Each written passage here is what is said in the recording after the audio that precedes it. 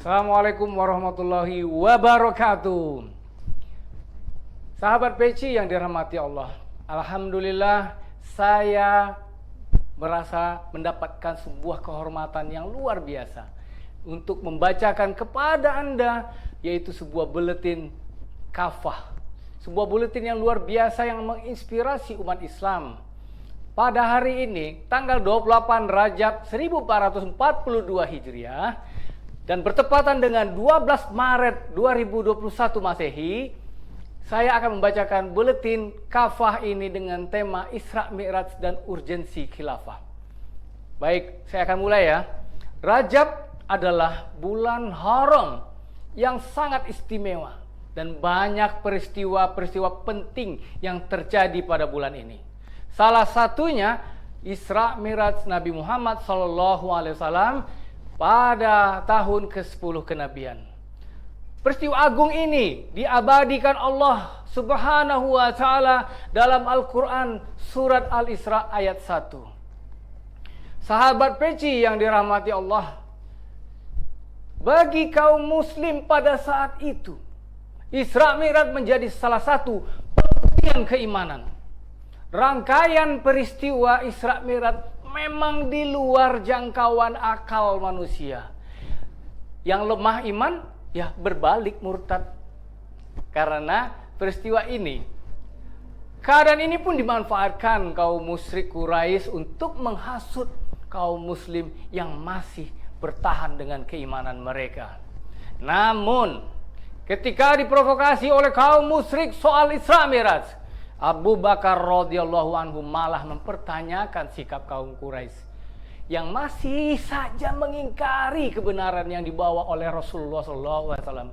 Dan dengan tegas beliau berkata, "Demi Allah, jika itu yang Muhammad katakan, sungguh ia berkata benar. Apa yang aneh bagi kalian? Demi Allah, sungguh dia berkata kepadaku bahwa telah datang kepadanya wahyu dari langit ke bumi hanya dalam waktu sesaat pada waktu malam atau sesaat pada waktu siang. Dan aku mempercayai dia. Inikah puncak keheranan kalian?" Setelah itu Abu Bakar radhiyallahu anhu mendatangi Rasulullah SAW, lalu beliau meminta untuk menjelaskan ciri-ciri Baitul Maqdis. Setelah Nabi SAW menjelaskan dengan lengkap, Abu Bakar berkata, "Engkau berkata benar. Aku bersaksi, engkau adalah utusan Allah." Dan Rasulullah SAW pun menjawab, "Engkau Abu Bakar adalah as-siddiq, yang selalu membenarkan." Inilah sikap yang dicontohkan oleh Abu Bakar as-Siddiq radhiyallahu anhu. Inilah sikap sebagai pribadi mukmin yang teguh imannya di tengah arus opini yang hendak merusak keyakinan umat Islam terhadap Rasulullah SAW dan ajaran Islam pada saat itu. Peristiwa Isra Mi'raj yang telah membuat kegoncangan hebat pada masyarakat Makkah justru menjadi momentum bagi berdirinya peradaban Islam. Peristiwa agung ini terjadi setahun sebelum hijrah. Peristiwa agung itu tepatnya terjadi setahun sebelum proklamasi Daulah Islam di Madinah Al-Munawwarah. Peristiwa Isra Mi'raj memudahkan Rasulullah SAW untuk memilih siapa saja yang pantas menjadi penopang bagi pendirian Daulah Islam, yakni kalangan kaum Ansor dan Muhajirin. Hanya dalam rentang waktu 1 tahun. Cukup 1 tahun saja. Cukup, perhatikan ya, cukup 1 tahun saja. Rasulullah SAW untuk mendapatkan orang-orang yang layak menjadi sandaran bagi tegaknya daulah. Dari orang-orang yang terseleksi inilah peristiwa hijrah Rasulullah SAW berjalan sukses yang ditandai dengan keberhasilan beliau menegakkan daulah Islam Madinah atas perintah Allah Subhanahu wa Ta'ala. Sahabat peci yang dirahmati Allah, dalam Isra Mi'raj ini ada 2 masjid suci umat Islam yang disinggahi Rasulullah SAW sebelum ke langit menghadap Allah Subhanahu wa Ta'ala. yakni yang pertama Masjid Al-Haram di Makkah dan yang kedua Masjid Al-Aqsa di Palestina. Makkah tempat Ka'bah merupakan tanah suci. Palestina tempat Baitul Maqdis merupakan bagian dari negeri Syam yang Allah Subhanahu wa taala berkahi. Allah Subhanahu wa taala berfirman, "A'udzu billahi minasyaitonir rajim. Wa najjaynahu wa Lutan ilal ardil lati barakna fiha lil alamin." Dan kami selamatkan dia Ibrahim dan Lut ke sebuah negeri yang telah kami berkahi untuk seluruh alam. Al-Anbiya ayat 71. Menurut Imam Ibnu Katsir, dalam tafsirnya yang dimaksud dengan negeri di sini ialah Syam, termasuk di dalamnya Palestina. Dalam pandangan Islam, tanah Palestina Syam adalah milik kaum muslim, milik umat Islam. Di tanah ini berdiri Al-Quds yang sangat mulia, lambang kebesaran umat Islam. Bahkan Khalifah terakhir Turki Utsmani Sultan Abdul Hamid II mengatakan, "Sungguh, aku tidak akan melepaskan bumi Palestina meskipun hanya sejengkal. Tanah Palestina bukanlah milikku, tetapi milik kaum muslim. Rakyatku telah berjihad untuk menyelamatkan bumi ini dan mengalirkan darah demi tanah ini. Hendaknya kaum Yahudi yang berambisi membeli tanah Palestina menyimpan saja uang jutaan mereka. Jika suatu hari nanti khilafah terkoyak-koyak, saat itulah mereka akan sanggup merampas Palestina tanpa harus mengeluarkan uang sedikit pun.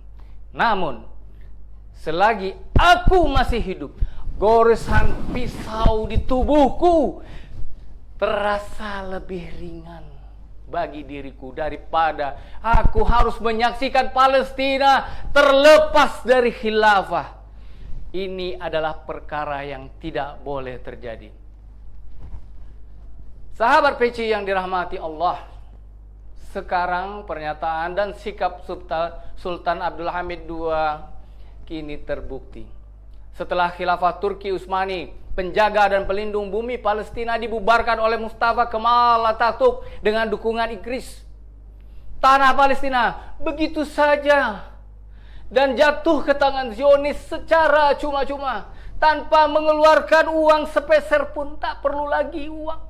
Sejak itu hingga kini Palestina, tanah yang diberkahi sekaligus tempat Masjid Al-Aqsa berada, terus diduduki kaum Yahudi. Oleh karena itu dibutuhkan upaya yang serius untuk membebaskan Al-Quds dengan mengembalikan penjaga dan pelindung sejatinya, yakni Khilafah Islamiyah. Disinilah urgensitas Khilafah Islamiyah bagi kaum muslim.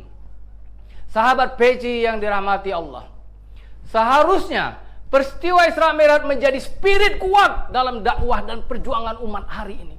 Pasalnya, pasca Isra Mi'raj terjadi transformasi kepemimpinan di tangan Rasulullah SAW yang ditandai dengan tegaknya daulah Islamiyah di Madinah. Selanjutnya, eksistensi daulah Islamiyah dilanjutkan oleh keberadaan Khilafah ala minhaji nubuwah yang dipimpin oleh Khulafaur Rasyidin. Setelah wafatnya baginda Rasulullah SAW, kemudian secara berkesinambungan diteruskan oleh Khilafah Umayyah, Khilafah Abbasiyah, dan Khilafah Utsmaniyah. Selama kurang lebih 14 abad pula, Khilafah Islamiyah sukses menciptakan peradaban yang agung yang mampu melindungi manusia dan menebarkan rahmat bagi seluruh alam, bukan hanya umat Islam. Menurut Will Durant, dalam The Story of Civilization, sepanjang sejarah kekhilafahan Islam, para khalifah telah memberikan keamanan kepada manusia hingga batas yang luar biasa besarnya bagi kehidupan dan usaha keras mereka. Para khalifah juga telah memberikan kesejahteraan bagi siapapun selama berabad-abad dalam wilayah yang amat luas yang belum pernah tercatat fenomena seperti itu setelah masa mereka. Sayang, sejak keruntuhan khilafah tahun 1924 Masehi atau 1342 Hijriah, umat Islam selama 100 tahun terakhir tak lagi memiliki kekuatan dan pelindung.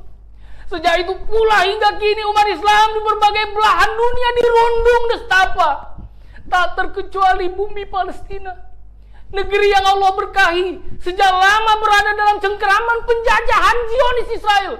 Akhirnya melalui perenungan peristiwa Isra Mi'raj 1442 Hijriah, inilah saatnya umat Islam menemukan urgensitas yang terpenting, yakni semakin menguatkan keimanan kepada Allah Subhanahu wa taala dan semakin meningkatkan spirit perjuangan untuk menerapkan syariat Islam secara kafah melalui tegaknya kembali khilafah ala minhaj nubuwah. Yang kedua, dengan izin dan pertolongan Allah Subhanahu wa taala.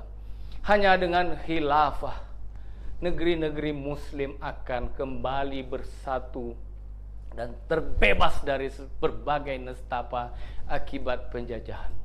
Wallahu alam bisawab. Assalamualaikum warahmatullahi wabarakatuh.